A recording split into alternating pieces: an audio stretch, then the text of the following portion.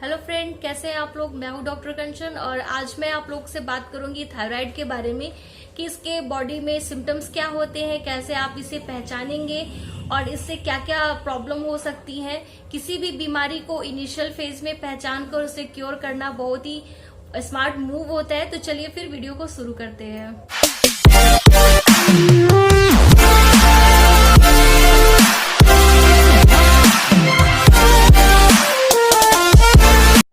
Friends, thyroid के बारे में सबसे पहले ये जानना जरूरी है क्या कि ये थायराइड होता क्या है।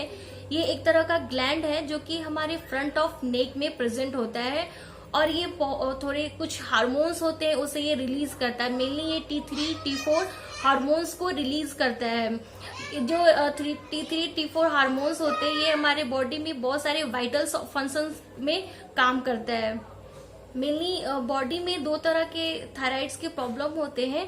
किसी में ये हाइपर हो जाता है, किसी में ये हाइपो हो जाता है। जब में बॉडी से थायराइड हार्मोन बहुत ज्यादा मात्रा में रिलीज होने लगता है तो उसे हाइपरथायराइडिज्म कहते हैं, और जब ये कम मात्रा में रिलीज होता है तो इसे हाइपोथायराइडिज्म कहते हैं। तो मेनली ये क्वेश्चन आता है कि ये किन किन लोगों में होता है। ये किसी में भी हो सकता है, मेल में, फीमेल में, न्यूबॉर्न इन्फेंट्स में, बच्चे में, यंग्स में, ओल्ड एज में, किसी में भी ये थायराइड हो सकता है। ये कॉमन है, ऐसा इसका कोई स्पेसिफिक एज नहीं होता है। इसके हायर रिस्क किस में होता है तो चलिए हम लोग ये जान लेते हैं कि किन में ये सबसे ज्यादा होता है। Higher risk of thyroid gland, first of all family history में, जैसे पेरेंट्स टू चाइल्ड में होता है, मेडिकल कंडीशंस में, pernicious anaemia, diabetes, rheumatoid arthritis में। अगर आप ऐसे मेडिसिन लेते हैं जो आयोडीन में हाई हो तो भी रिस्क होता है। वैसे पेशेंट जिनका एज 60 से एवब हो उनमें भी हाई रिस्क होते हैं। वैसे पेशेंट जो पहले से थायराइड या कैंसर का ट्रीटमेंट करवा चुके हैं उनमें भी थायराइड होने के बहुत चांसेस होते हैं। इसके लक्षण जान लेते हैं, इसके सिम्टम्स जान लेते हैं, कैसे कौन कौन से सिम्टम्स होते हैं जिससे आप पहचान सकते हैं अर्ली स्टेज में ही कि आपको कहीं थायराइड की प्रॉब्लम तो नहीं हो रही है। जैसे मैंने आपको बताया कि थायराइड दो टाइप के होते हैं, हाइपर थायराइड होते हैं और हाइपो होता है। तो हाइपर में क्या क्या लक्षण होते हैं। हाइपर में क्या होता है कि आपको जैसे नर्वसनेस होता है, इरिटेशंस होती हैं, इन सब तरह की चीजें आपको फील होगी। नींद अच्छी नहीं आती है, वेट लॉस होने लगता है। जो नेक पोर्शन होता है जहाँ थायराइड ग्लैंड आती है वहां पर स्वेलिंग होने लगती है, जैसे कि ग्वाइटर के केस में देखा जाता है, उस तरह की स्वेलिंग्स नेक में आने लगती है। एंजाइटी जैसी प्रॉब्लम होती है, बहुत ज्यादा थकान होता है। फीमेल्स में मेंस्ट्रुअल साइकिल इरेगुलर हो जाती है, समटाइम्स मेंस्ट्रुअल साइकिल स्टॉप हो जाती है, यानी कि रुक जाती, नहीं भी आती है। आंखों में इरिटेशंस होने लगता है, हीट इंटॉलरेंस होने लगती है, यानी कि आपको गर्मी ज्यादा बर्दाश्त नहीं होता है। इन सब तरह की प्रॉब्लम्स होती हैं। जो सिम्टम्स होते हैं छोटे मोटे आपको दिखते हैं तो आपको समझना चाहिए कि कहीं आपको थायराइड की प्रॉब्लम तो नहीं है, फिर आपको तुरंत जांच करवा लेनी चाहिए। हाइपोथायराइडिज्म के लक्षण भी मैं आपको बता देती हूँ। हाइपोथायराइडिज्म में भी वही होता है, कुछ कुछ चीजें इसमें डिफरेंट होती हैं। जैसे हाइपोथायराइडिज्म में थकान बहुत ज्यादा होती है। अगर हाइपोथायराइडिज्म में वेट लॉस होने लगता है, लेकिन हाइपोथायराइडिज्म में वेट इंक्रीज करता है, बहुत ज्यादा वेट बढ़ता है। आपका डाइट भी अच्छा है लेकिन उसके बावजूद भी वेट आपका बहुत ज्यादा बढ़ रहा है। ये सब चीजें इसमें देखने को मिलती हैं। इसके साथ साथ आपकी मेमोरीज भी थोड़ी वीक हो जाती है, आप चीजें रख के भूल जाते हो, आपको याद नहीं रहता है। फीमेल्स में मैंने आपको हाइपरथायराइडिज्म में बताया कि वहां पर मेंस्ट्रुअल इरेगुलर होता है और समटाइम्स स्टॉप हो जाती है, पीरियड्स आना बंद हो जाता है। लेकिन इसके जस्ट अपोजिट होता है हाइपोथायराइडिज्म में। इन दोनों के लक्षण को आप अच्छे से समझिएगा।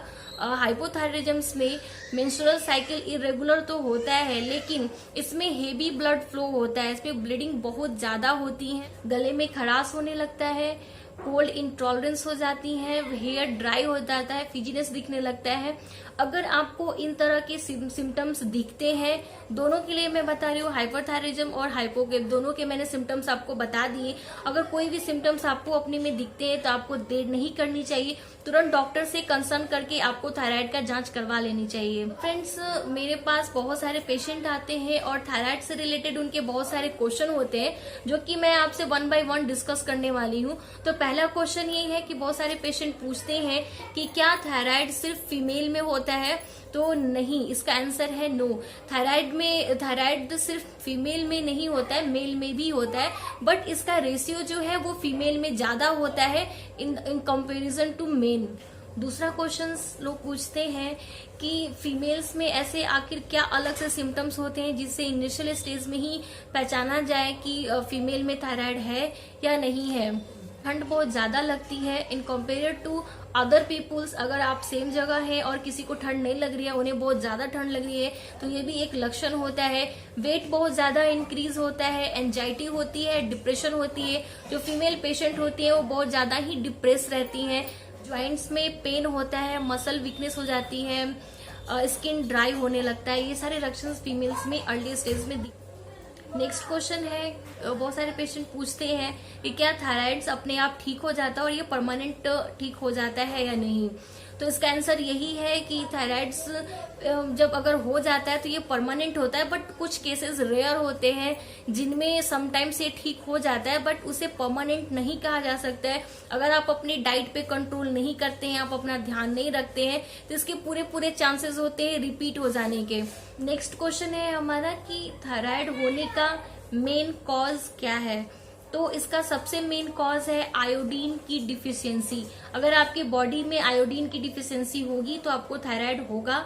हमें पता नहीं चलता है कि हम कितना मात्रा में आयोडीन बॉडी में ले रहे हैं या कितना हम सही ले रहे हैं कि नहीं ले रहे हैं, ज्यादा तो नहीं ले रहे हैं, कम तो नहीं ले रहे हैं।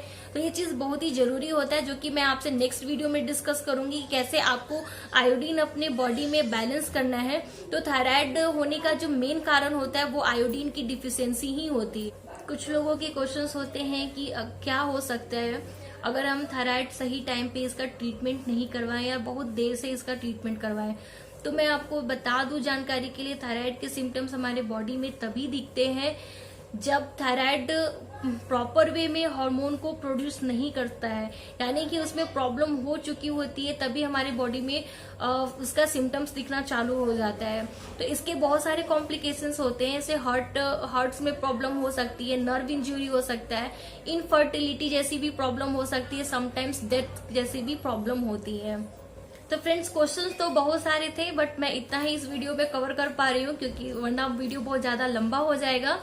तो फ्रेंड्स, आपको मेरा वीडियो कैसा लगा आप कमेंट कर जरूर बताइए। अच्छा लगा हो तो लाइक जरूर करिएगा। अगर आप मेरे चैनल पे नए हैं तो सब्सक्राइब करना मत भूलिए और बेल आइकन को जरूर दबा दीजिए ताकि मेरे हर वीडियो की लेटेस्ट इन्फॉर्मेशन आप तक आपको मिलती रहे। तब तक के लिए be healthy, be happy and bye bye.